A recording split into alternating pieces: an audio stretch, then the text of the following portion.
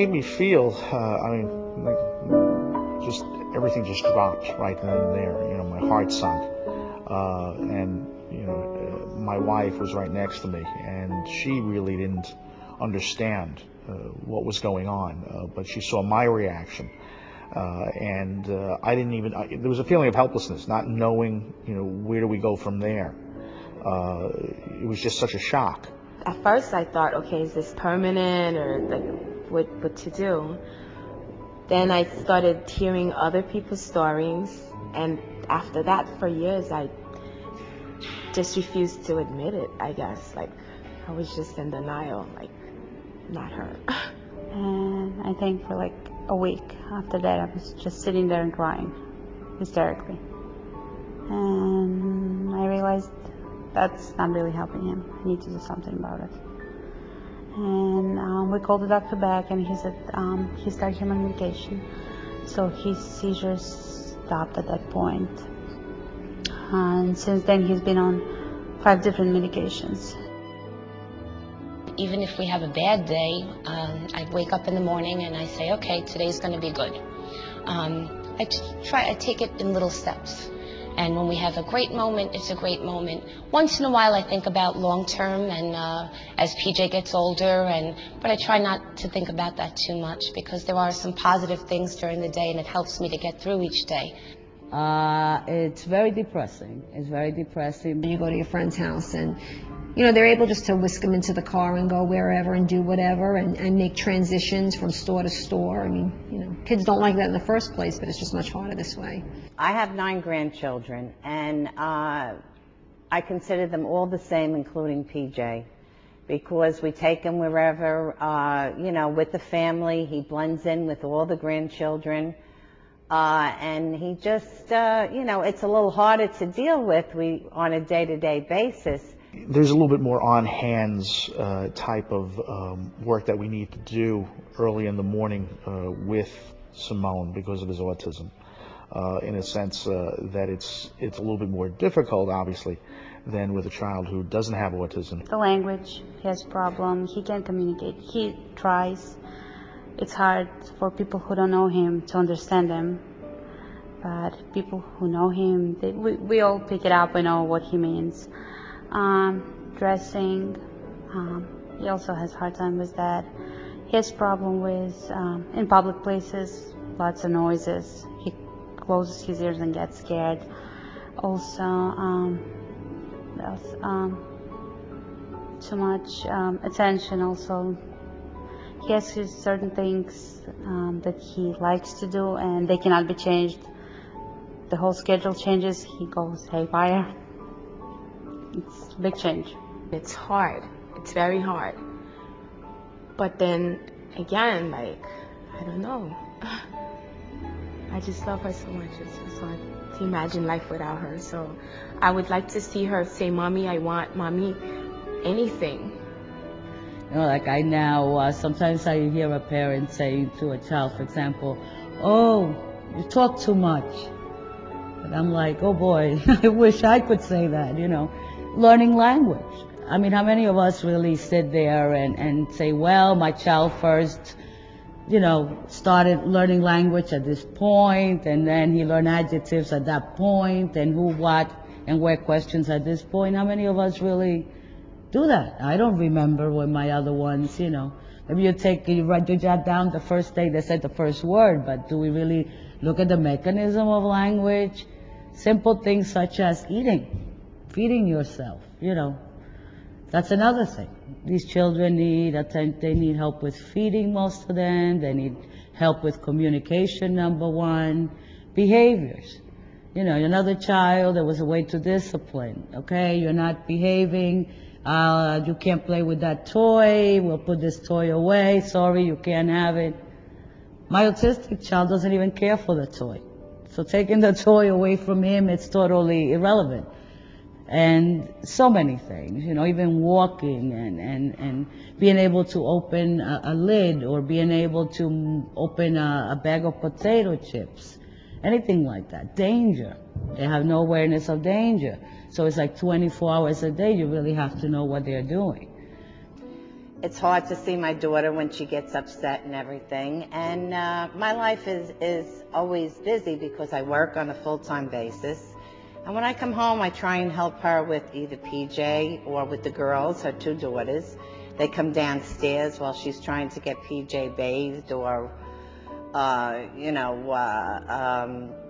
get ready for bed. And try and help them with their homework, and so it's made my life much busier. They can't express, and if you don't understand, a lot of times that's where mine, for example, gets aggressive. When you're not understanding what he wants. I mean, he tries to show you, he tries to order whatever comes out, and you still don't understand. So this is frustration time, and with that comes aggression. So there are a lot of, it's very atypical than what you would have to do with a typical child. To engage them is very difficult. I mean, if you don't engage them 24 hours, they just go into their little corner and kind of isolate from everything, and that's one way they don't learn.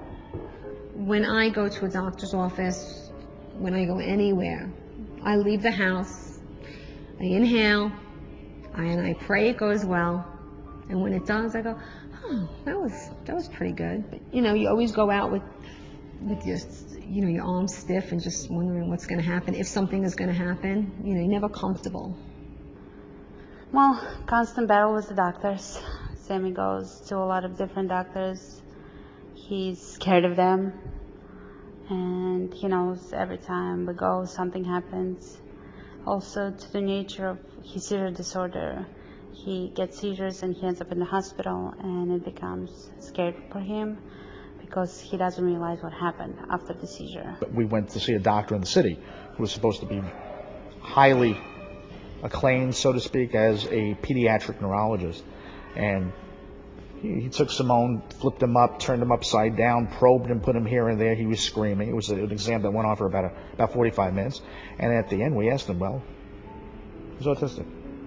The copay's over there. That was it. And that's pretty much what we've got. That's my feeling that we've gotten from the medical profession. What bothers me is that the medical field and the science field has really nothing to tell us. He started being more independent. He is more verbal. He smiles when he goes to school. He smiles when he comes back. He wants to work. His language is improved dramatically.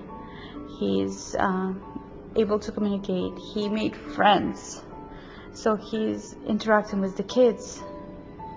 And he wants to interact with the other kids that not even in school, that he wants to interact with the neighborhood kids. We got a pet. He plays with his cat. The cat doesn't go anywhere without Sammy, and Sammy doesn't go anywhere without the cat. I think at one point he even wants to bring him to school in his backpack.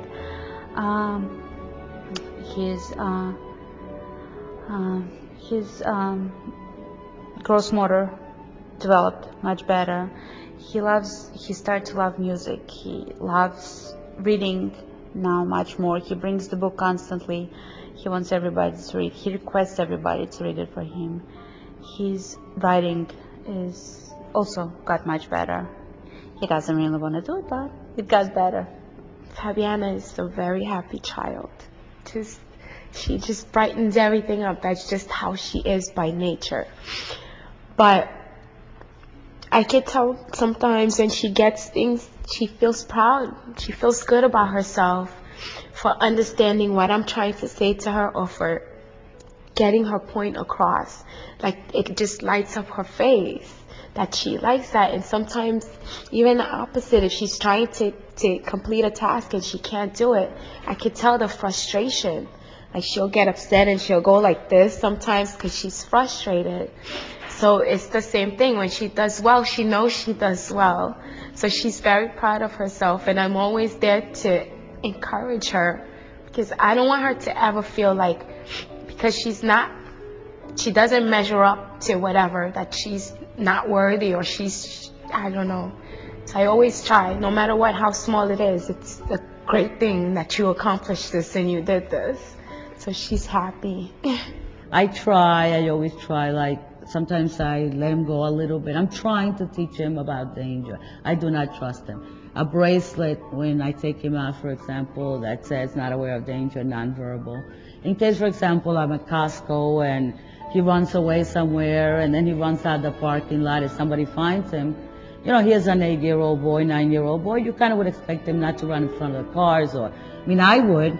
They don't know that, you know, his features are normal. So something that would say, look, watch, you know, he's not aware of danger. We tried to train him to teach him safety issues. He does know hot. He does, you know, he can follow directions. God forbid, you know, a fire or something like that. He would listen, but he also might panic. I don't know what he would do. So I try to get to him first. He does, like I said, he can follow directions. In an emergency, I do worry about, you know, him and everyone else, and I worry about a lot of situations that I'm not sure, that he has never faced, and I'm not sure how he would handle. He hears, he knows when I raise my voice, if something is going on, he'll come out of his room, he'll look. So, I mean, truthfully, I believe that the power in me would just, the adrenaline in me would just, you know, take him by the neck and just right out of the house. If there's a fire in the house, Fabiana doesn't understand danger. She doesn't understand that. Even like if I'm cooking, I have to watch out for her because she can't get the concept that this kid hurt me, it causes permanent damage. So she wouldn't know. I do hope that there is a cure somewhere, but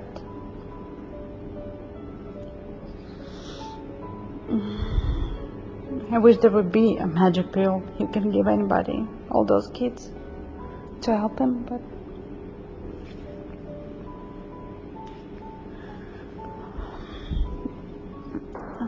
I hope there is something one day that can help them. I would really like nothing better than to have a cure now. Realistically, I know that's not going to happen. Every day, I think more in terms of every day, that more and more people are aware. There's better research, better programs. I think the word cure is going to come about in a number of years. I think now that there's more awareness of autism, that there's going to be more research, and I think the more people are aware, the more they're going to want to help with this research and try and find a cure for autism. I'm not that hopeful at this point of if there's going to be a cure or not for autism. The reason why I'm pessimistic is because they really we're nowhere near knowing on how this is taking place, what, you know, why now, why so many births, and really the medical field, not only here in the States but in Western Europe as well, has been just, you know, they're clueless, and it really is very discouraging that they have no idea, and people are really grabbing for straws. I mean, some parents are like, it must be the diet, it could be the inoculation, you know, what shots they had taken when they were in the hospital, wheat, you know, there's just, you know, everybody's grabbing at straws. Mercury was also something that I've been hearing, that we even had Simone tested for mercury to see if there's any in his system, and there wasn't any. So I'm really not pessimistic. I'm not, optimistic that they're going to find anything anytime soon as far as, you know, any type of hope of curing this. I never give up on the word cure, but a lot of things are incurable, but people live with them and they thrive and they improve and they're able to contribute to family, to society. So I would love to see a cure, absolutely, of course. But my biggest goal is I never give up for a cure, but I always search to improve the quality of his life and our lives, and try to improve whatever he can contribute to society and for himself, you know. By nature, I've always been a pessimist, but spending time with Simone, being with him, he's taught me to really be an optimist.